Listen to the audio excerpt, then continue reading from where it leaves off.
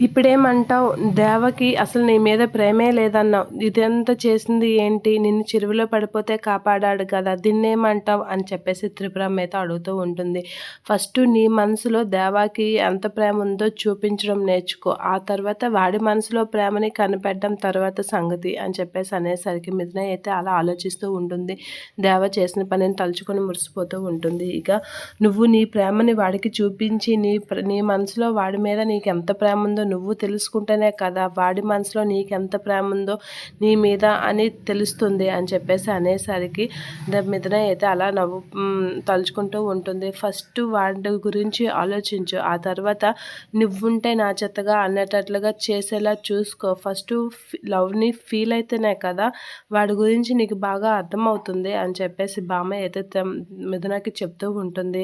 నువ్వు వాడి ప్రేమని ముందు ఫీల్ అవ్వాలి కదా అని చెప్పేసి అయితే అంటూ ఉంటుంది. ఇలా వాళ్ళిద్దరి గురించి అలా చెప్పేసరికి మిథున అయితే అలా ఆలోచిస్తూ ఉంటుంది. నిజంగా దేవాకి నా మీద ప్రేమ కలుగుతుందా అనైతే అనుకుంటూ ఆలోచిస్తూ ఉంటుంది దేవా విషయంలో.